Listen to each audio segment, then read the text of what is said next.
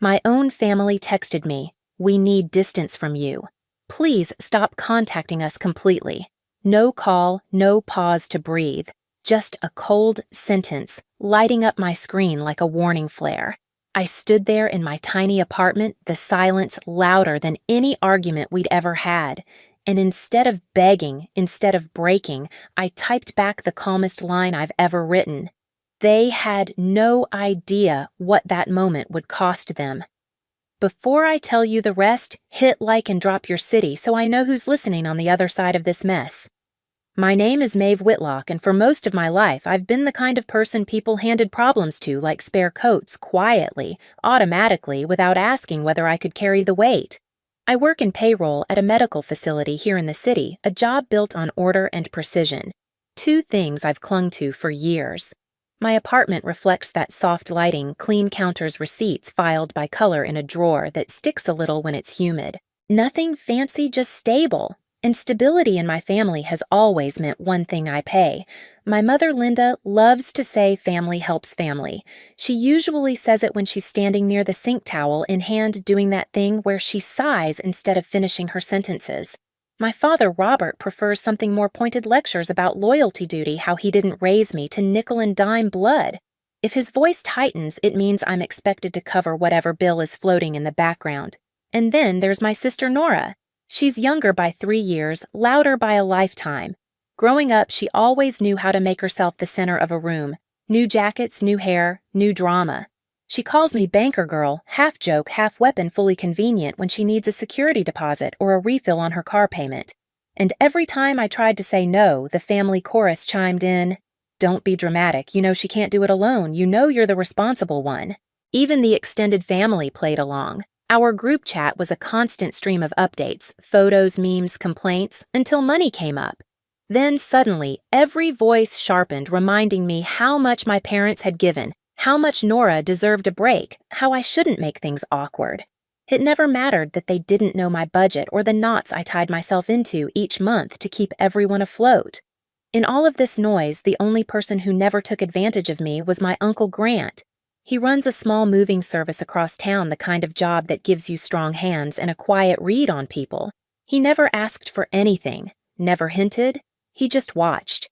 I didn't realize how important that would become until much later. For years, I told myself this was normal. Every family has roles, and mine just happened to make me the one who paid for the emergencies, the shortfalls, the "I'll pay you back next weeks" that never came. I told myself it wasn't personal.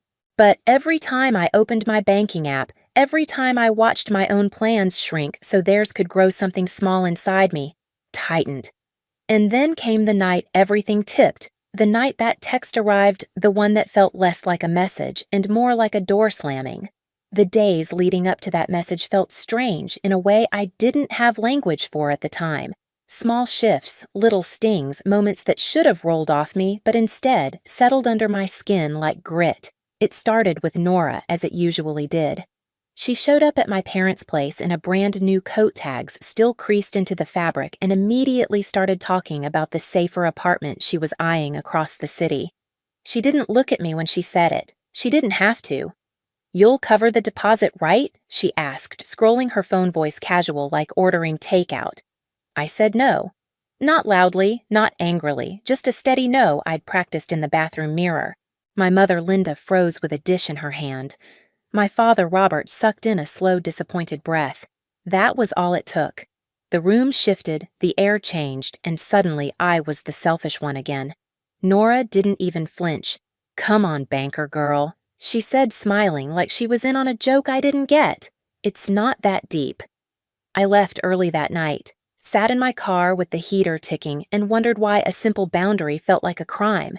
But the real blow came 2 days later when my office phone rang. I answered with my work voice calm, clipped, professional, only to hear my parents' landlord cheerfully confirming the renewal of their automatic deposit agreement. My deposit agreement. He thanked me for reversing a late fee. A late fee I didn't know existed. Then he continued talking, mentioning how my parents had given him my work email and apparently my schedule so he could reach me at a good time. I remember staring at the wall across from my desk, the cheap canvas art blurring as heat crawled up my neck. They hadn't just used my money. They'd opened the door into my professional life, handed out personal information like party favors. Privacy wasn't something I'd assumed I had to guard from my own family, but suddenly I wasn't sure I had any at all. That evening, I drove straight to their apartment complex. The hallway smelled like cleaning solution and leftover takeout. I sat them down, my parents, on the sagging couch I'd bought Nora, leaning in the doorway, and said the words I'd swallowed for years. I deserve to know what I'm paying for. My mother's face hardened. We feel attacked. My father crossed his arms. Take that tone with your coworkers, not with us. Nora laughed from the hall. Should we tip you now or later? It wasn't a fight. It wasn't even loud. It was worse casual cruelty delivered with the ease of muscle memory. I left without finishing my sentence. The next afternoon, the group chat notification appeared. The message that changed everything. We need distance from you. Please stop contacting us completely. Something in me didn't break, it clicked. Into place. Permanently. The minutes after that text felt suspended, like the air thickened just to keep me still long enough to understand what had happened. My family didn't ask for space. They declared an exile. No discussion, no confusion. A verdict. And almost instantly their silence flooded in bright, echoing final. I sat on the edge of my bed, staring at the message until my screen dimmed. No anger. Just a cold, settling clarity I'd never felt before. If this was the distance they wanted, I could honor it, fully. An hour later, my phone buzzed with a name I didn't expect. Uncle Grant. He never called unless there was a reason. When I picked up, his voice was steady, careful. I'm at your parents' place, he said. They asked me to help pack. For a moment, I thought I'd misheard. Pack what? Everything he said quietly. Clothes, dishes, photos. They're moving out. I closed my eyes. Of course they were. They weren't just cutting contact, they were physically uprooting themselves, disappearing without a trace, leaving me behind like a bill they didn't want anymore. Grant hesitated before adding, I'll make sure anything with your name on it gets returned. Don't worry. He didn't take sides. He just dealt in truth. And that truth, him standing in their living room boxing up their lives, hit harder than the text itself. After the call, I opened the drawer of color-coded receipts I'd kept for years. Rent, utilities, transportation, medical bills, subscriptions, groceries. All the invisible threads I'd used to stitch their lives together month after month. I'd told myself I kept the records for my own sanity, but in that moment they felt like a map. A record of every place I'd abandoned myself to keep them afloat. I spread the receipts across the floor. Green for housing, yellow for utilities, blue for transportation, red for medical, purple for everything miscellaneous they never remembered I paid. The categories curled at the edges like they were tired too. I sat there on the hardwood, knees pulled in, and for the first time let myself see it clearly. This wasn't support. This wasn't love. This was dependence disguised as duty. And I had become the infrastructure holding up a house that never had room for me. The thought didn't break me, it freed me. That night Elias came over. He didn't knock loudly, just tapped once and let himself in the way someone does when they care enough to stay gentle. They texted you, he said softly. Not a question. He could read it on my face. I slid the phone to him. He scanned the message, jaw tense but eyes soft. You don't deserve this, he said. I didn't cry. I didn't collapse. I just exhaled like someone finally loosened a strap around my chest. I'm done, I said. Elias sat beside me on the floor among the piles of receipts. Then let's start with one thing, he said. Show me what you've been carrying. I handed him the first stack, green. Housing. He looked through them slowly like flipping pages in a story that finally explained the ending. The next morning, I walked into Dr. Priya's office and told her everything. The text, the packing, the years. She listened, nodded, and finally said, Maeve, ending a financial entanglement isn't abandonment, it's self-preservation. That sentence was the permission I didn't know I'd been waiting for. By the time I left her office, my mind was steady. My hands weren't shaking. I knew exactly what needed to happen next. The next message I'd send my family wouldn't be emotional. It would be factual final and built entirely on the truth they'd forced me to carry alone. I didn't send anything that night. I slept with my phone on silent face down the way you do when you're finally done letting it run your life. But the next morning when I turned it over, the group chat was a storm missed messages stacked like fallen dominoes. Nora had started it. Of course she had. Where are you? Why aren't you answering? Mom said you're being dramatic again. Then fine, we'll do everything without you. If they wanted to cut me off, why were they demanding I reply? I scrolled back to the original message. We need distance from you. Please stop contacting us completely. It still felt unreal, clean and sharp like a paper cut. But now I had something they didn't: clarity. I walked to my small kitchen table, laid out the color-coded stacks from the night before, and snapped photos. One for each category: housing, utilities, medical transportation, subscriptions, miscellaneous. Proof of 7 years of being the family's silent foundation. My fingers didn't shake. They used to. They didn't now. Then I opened the family group chat. My message arrived as a single block of quiet precision. I'm honoring your request for distance. Here is a summary of the payments I've been making on your behalf. All of these will end on the dates circled.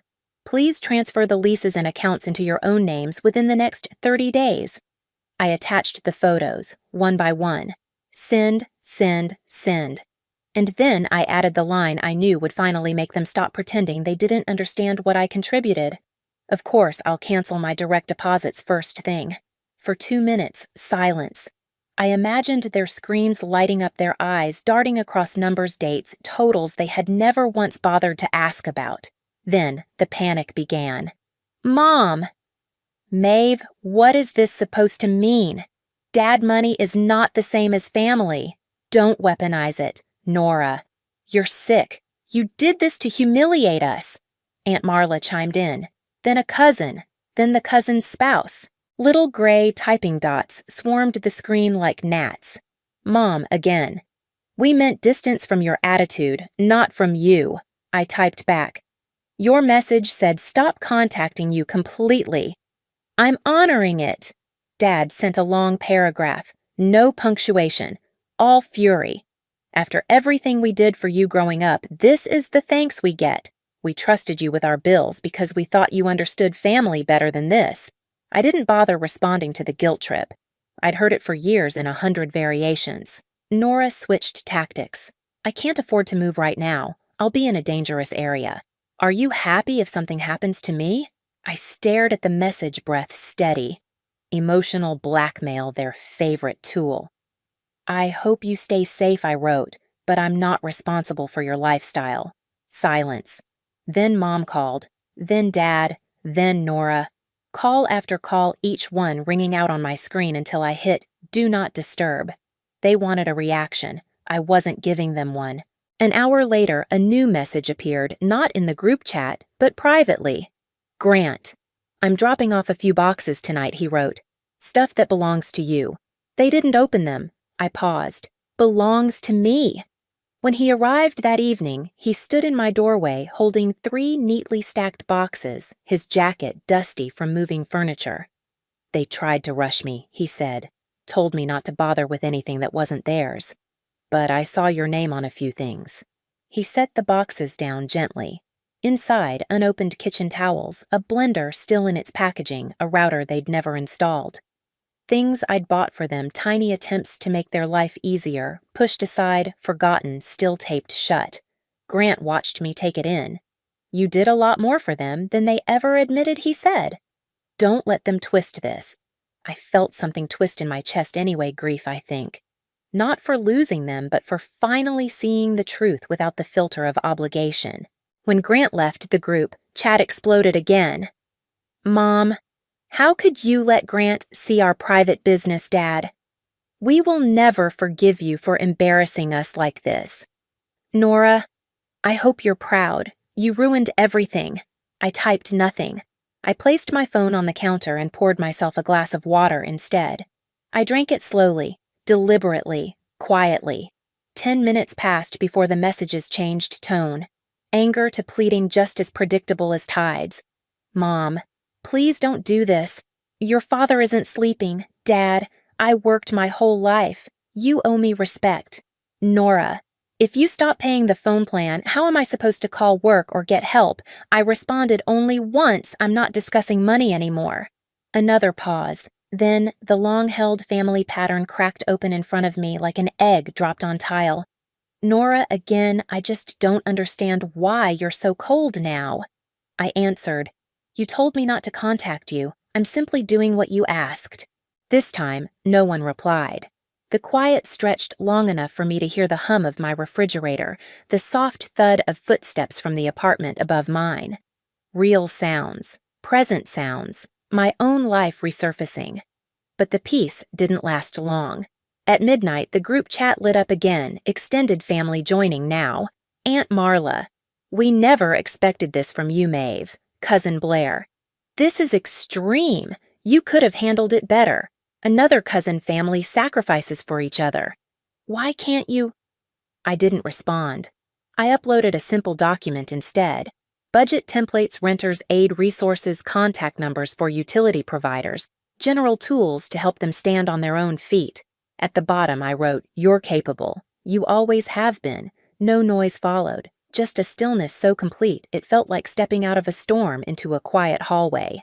Around 2 a.m., one final message appeared from Mom. If you do this, you're dead to me. I stared at the line for a long time. Not because it hurt, but because it didn't. I'm sorry you feel that way, I wrote, and placed my phone face down. In the darkness of my apartment for the first time in years, I felt something that scared me more than their anger. Relief. By morning, the group chat was silent, an unnatural, echoing quiet after days of noise. I made coffee, sat at my small kitchen table, and for the first time in years didn't brace for a crisis. Instead, I opened my laptop and finished what I'd started. I changed passwords, removed my card from shared services, ended every payment tied to their names. Each confirmation felt like cutting a thread that had been wrapped too tightly around my ribs. Later that week, I sat across from Dr. Priya and told her I felt both lighter and terrified. She smiled gently. Peace can feel dangerous when you've lived in chaos. Elias came over that night, carrying takeout and a quiet understanding. He didn't offer advice. He just sat beside me on the couch knees, touching mine, grounding me. I'm proud of you, he said. And for once, I believed it. In the weeks that followed, my life didn't get louder, it got clearer. I walked without checking my phone. I cooked dinner without waiting for someone to need something. And slowly, the quiet stopped feeling like abandonment and started feeling like freedom. I learned that love without respect isn't love, and boundaries aren't cruelty, they're survival. If you've ever had to step back from someone you cared about just to save yourself, share your story in the comments. And if this resonated with you, hit subscribe so you don't miss the next one.